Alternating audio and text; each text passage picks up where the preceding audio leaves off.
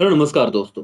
ये video CA foundation के उन सारे बच्चों के लिए है जो अभी जून में अटेम्प्ट देना चाहते हैं और देने जा रहे हैं। बहुत ज़्यादा कुछ नहीं कहूँगा मैं। आई नो कि आप हर लेवल पे आपने बहुत स्ट्रगल किया है, बहुत पढ़ाई की है और अब कुछ दिनों में आपका एग्ज़ाम आने वाला है।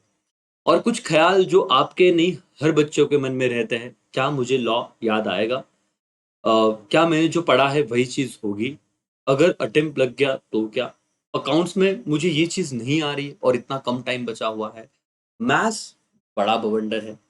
तो ये सर आपकी नहीं, ये हर बच्चों के मन की दुविधा है जो इस कोर्स को कर रहा है, भले वो कितना भी बड़ा टॉपर क्यों ना हो और कितना ही एवरेज बच्चा क्यों ना हो। तो सर सीए, एक कहा जाता है सीए में कि ये एग्ज़ाम दिमाग का तो है, लेकिन उससे भी बड़ा गेम माइंडसेट प्ले करता है कि आप किस मानसिकता में रह रहे हो, एग्ज़ाम के कुछ दिन पहले, एग्ज़ाम के दरमियान और जब आप पेपर लिख रहे हो। दोस्तों, जितना आपने मेहनत किया है, अपने आप से जेन्युइन रहो और एक आंसर खुद को दो कि यार सच में मैंने बेस्ट दिया है ना, अब जो भी हो जाए मुझे लड़ना है और पेपर को जाना है। पॉइंट नंबर 2 कि आपको सीए एग्ज़ाम क्रैक करने को सिर्फ 50% मार्क्स चाहिए। तो 50% मार्क्स मुझे नहीं लगता कि सर लाना बहुत ज़्यादा डिफ़िकल्ट है। आई एग्री कि मैथ्स में आप बोल सकते हो कि सर वहाँ पे मुझे डाउट है, तो आप 45% लेके आइए भैया। ठीक है ना? 45 मार्क्स भी आ गए वहाँ पे 100 में से, तो भी आप फेल तो नहीं हो। इसका जो भी कुछ रह गया इकोनॉमिक्स और बीसीके में कवर कर लेना। इकोनॉमिक्स और बीसीके पढ़ते वक़्त लगेगा कि सर चैप्टर नंबर 1 तो ठीक है, 2 तो ठीक है, 3, 4 में आते-आते लग जाती है। सर 5th अच्छे से कर लो। 1 छोटा-सा चैप्टर है, 2 में जितने भी एमसीक्यूज़ किए कम है क्योंकि बहुत सारे कांसेप्ट्स हैं। लेकिन मॉड्यूल के नीचे के अच्छे से चीज़ें करके जाओ और बीसीके को हो सके उतना रिवाइज़ करो। याद करने की कोशिश मत करो अभी। आपने जो चीन 3 महीने, 6 महीने से पढ़ा था, तो सर आज अगर आप कहो कि मुझे पूरा का पूरा बीसीके याद आना चाहिए, वो नहीं होगा। यहाँ पे डाउट डेफिनेटली आएगा सर कि यार मुझे तो याद ही नहीं आ रहा है कंपनी का सीईओ कौन है, ये कंपनी का हेड ऑफिस कहाँ पे है। बेटा नहीं, लेकिन ना आपका काम अब ये है कि ये नहीं सोचना कि क्या याद नहीं आ रहा है। अब ये सोचना है कि जितना टाइम मिल रहा है उतने में करते जाओ, पढ़ते जाओ, थोड़ा काम रहो, ज़्यादा से ज़्यादा पढ़ो।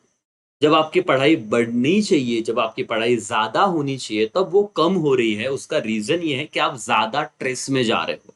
और जितना ज़्यादा आप स्ट्रेस में रहोगे, उतना ज़्यादा आपका आपके परफॉर्मेंस पे फ़र्क पड़ेगा। जस्ट इमेजिन यार कि वर्ल्ड कप का मैच है और जब बेस्ट परफॉर्मेंस की ज़रूरत है, तब सारे के सारे प्लेयर आप जिस सिचुएशन में हो नर्वस होके बैठे, यार 3 दिन बाद, 4 दिन बाद अभी तो मैच है, हमसे हो पाएगा कि नहीं हो पाएगा, इतने मैचेस तो अच्छे खेले लेकिन वर्ल्ड कप में। तो ये बाय डिफ़ॉल्ट है कि वो गलत ही हो जाएगा उनसे। वो प्रेशर झेल नहीं पाएँगे और मैच हार जाएँगे। आपको मैच हारना नहीं है दोस्तों। एन्जॉय करो। क्या होगा सर? देखो मैं हमेशा कहता हूँ प्रिपेयर फॉर द वर्स्ट। ज़्यादा से ज़्यादा हम फेल हो सकते हैं, लेकिन अगर मर-मर के फेल हो गए, मेंटली पहले से फेल होके जा रहे हो तो और क्या होगा? बेटा याद रखो, आपको रिज़ल्ट में फेल हुआ चलेगा, लेकिन ये 5-6 दिन जब तक आप पेपर दे रहे हो तब तक कोई अपने आप को फेलियर नहीं मानेगा। मुझे इतना पता है कि आप में वो कैलिबर है, आप में वो कैपेसिटी, आप में वो सर वो बात है कुछ तो कि आप 50 मार्क्स के ऊपर तो डेफिनिटली जा सकते हो। कुछ अकाउंट्स में चैप्टर आपने नहीं किए, फॉरगेट इट मालिक, थोड़ा पेपर पैटर्न देखिए।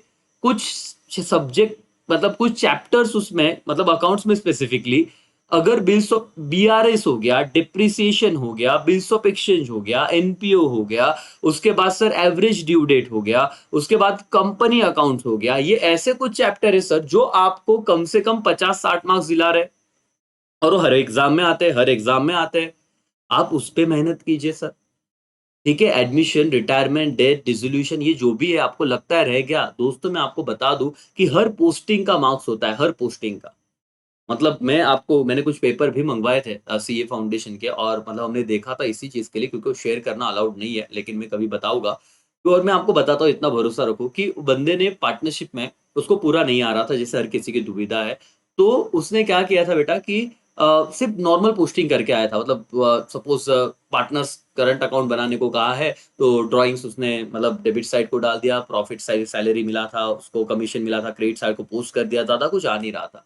तो भी इंस्टीट्यूट ने हर पोस्टिंग के मार्क्स तो दिए हैं। मतलब 10 मार्क का समय नहीं, 10 में से 10, 5-6 तो मिलेंगे। आप लोग अकाउंट्स में डरिए मत। सर लॉ की बात करें सर, बीसीआर में पहला चैप्टर आप कम्युनिकेशन का कर लो, 10 मार्क्स तो कवर है 40 में से। फिर ग्रामर सर नॉर्मल है, वहां पे आप देखो मालिक, फॉर्मेट मतलब उसका भी फॉर्मेट स्पेसिफिकली देखो। बहुत सारे वीडियोस हम देखते हैं सर, बहुत सारे टीचर्स ने रिवीजन लेक्चर डाल के रखे फ्री में, बहुत सारे टीचर ने गाइडेंस दे के रखा है, आप एक बार वो देखिए बीसीआर। लॉ में मैं चाहूंगा कि रादर देन रिवीजन लेक्चर, क्योंकि आप सबको लॉ समझा है, लॉ समझने का प्रॉब्लम किसी को नहीं है। जिन्होंने जिन्होंने लॉ पढ़ा तो कॉन्ट्रैक्ट के प्रोविजन समझे, पार्टनरशिप के प्रोविजन समझे, एलएलपी समझा है, कंपनी समझा है, समझने में दिक्कत नहीं, लिखने में प्रॉब्लम आ रहा है बेटा, तो लॉ के आप क्वेश्चन आंसर फॉर्मेट में रीडिंग चालू करो।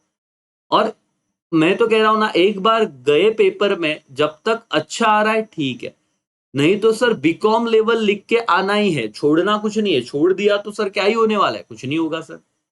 आप लोगों को एक बात याद रखनी है बेटा, कि आपको एंड मोमेंट तक, बोलते हैं ना कि आखिरी सांस तक, वो जो सोल्जर लड़ते हैं, खून की लास्ट बूंद गिरते तक, दम तक, आपको सी एग्जाम में वैसे एटीट्यूड में जाना है सर। एग्जाम से पहले अपने आप को नर्वस नहीं करना है, जितना आपने पढ़ा है खुद पे भरोसा रखना है। और सबसे इंपॉर्टेंट, आप जो भी गॉड में भरोसा करते हो, आप भगवान में भरोसा करो, आप ईश्वर में भरोसा करो, आप अल्लाह में भरोसा करो, आप जीसस में भरोसा करो, आप किसी में भी भरोसा करो, एक इनविजिबल पावर है, एक ईश्वर है सर, वो आपका ख्याल रख रहा है, और वो आपके सारे प्रॉब्लम्स का सॉल्यूशन ज़रूर वो आपको देगा।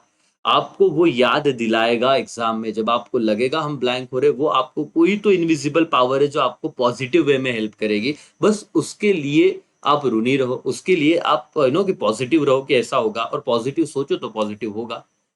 दोस्तों, ये छोटा-सा मैसेज इसीलिए था कि आप लोग जिस वे से गुज़र रहे हो, आपकी मेंटल स्थिति आप ही खुद अच्छे से समझ सकते हो, कितना टेंशन में हो, क्योंकि आपको अटेम्प्ट देना है सर अभी, है ना? तो बोलने वाले तो बहुत आएँगे, लेकिन मेरा जो एक्सपीरियंस है सर, कि लास्ट मोमेंट तक लड़ो। मेरे एक स्टूडेंट ने भी कहा था सर, मतलब जब वो ऐसी बात हो गई थी कि विराट कोहली का वो मैच याद करो। है ना? आई होप आपको इंटरव्यू याद आ रहेगा, कि जहाँ पे पाकिस्तान से इंडिया ऑलमोस्ट हार गया था। मतलब इम्पॉसिबल लग रहा था 3 से 4 ओवर में यार, 58 ओवर्स, 58 रन्स होना, वो भी पाकिस्तान के डेंजर बॉलिंग लाइनअप में। लेकिन विराट कोहली ने हुई हुई मैच को जीत लिया था। जैसे क्रिकेट मैच में लास्ट बॉल तक चीज़ें कुछ भी हो सकता है, वैसे सीए एग्ज़ाम में लास्ट मिनट तक कुछ भी हो सकता है। हो सकता है सर आपने जो एग्ज़ाम के 10 मिनट पहले पढ़ा वो आ गया पेपर में।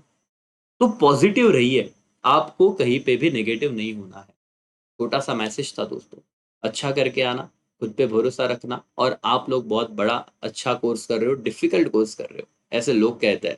तो आपके फेलियर पे कोई उँगली नहीं उठाएगा। हाँ, लेकिन पास पे सरप्राइज़ ज़रूर हो जाएँगे लोग। तो इसीलिए खुद पे भरोसा रखो और पढ़ते रहो। चलो यहीं पे मैं रुकता हूँ। Thank you so much. Bye bye. Take care. जय हिंद, जय भारत।